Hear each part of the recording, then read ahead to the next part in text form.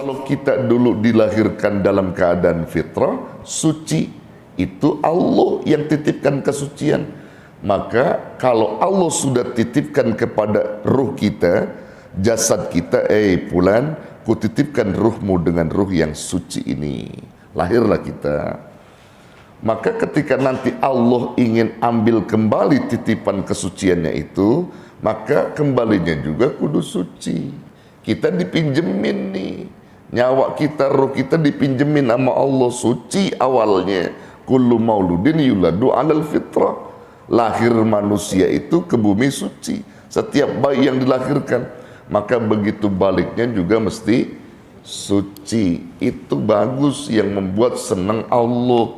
Allah bakal senang kepada manusia apabila dititipkan suci, baliknya juga suci. Yang jadi masalah adalah ketika dititipkannya bersih, balikinnya kotor. Siapa yang gak marah? Antum punya motor, nitip sama tetangga.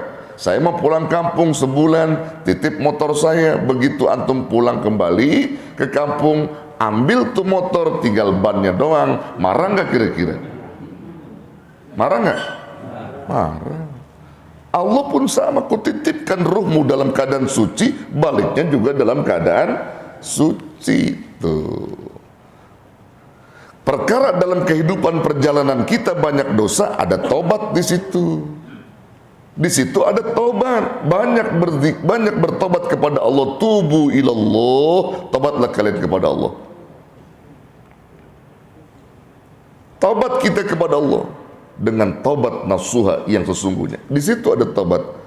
Setiap manusia punya salah, punya dosa, dan setiap orang yang berdosa adalah orang yang selalu, yang sebaik-baik orang yang berdosa adalah mereka yang selalu mau bertobat kepada Allah.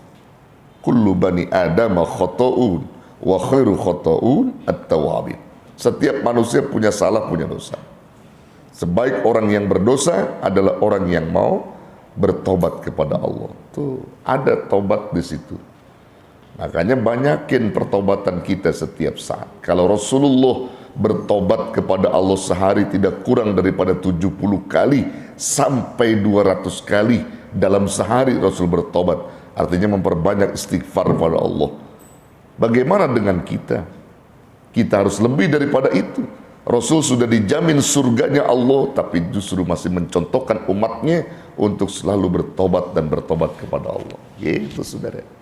Makanya kalau ada orang-orang yang sombong di dunia, itu tandanya orang-orang yang menantang Allah, yang seolah-olah bahwa dirinya punya kekuatan segala-galanya. Dia ingin menantang Allah. Gitu. Itu orang-orang yang sombong dalam kedudukan, sombong dalam harta, sombong dalam jabatan, sombong dalam apa saudara. Semuanya. Itu artinya dia menantang Allah saudara. Menantang Allah. Dia ingin berkata, silakan ya, turunkan siksamu kepada kami ya, kalau memang engkau ada. Jadi begitu rata-rata. Secara kalimat kalimat tersirat bunyinya begitu. Orang-orang sombong tuh kalimat tersiratnya begitu sebenarnya. Walaupun dia nggak perkatakan, tapi intinya dia begitu, menantang azab Allah gitu. Orang sombong, orang ingkar pada Allah tuh begitu. Nah, makanya Bapak Ibu sekalian yang dirahmati Allah, ini penting untuk kita pahami ya, kita renungi. Jangan sampai apa yang selama ini kita jalani justru membuat kita itu banyak lupa kepada mati, banyak lupa kepada Allah Subhanahu wa taala.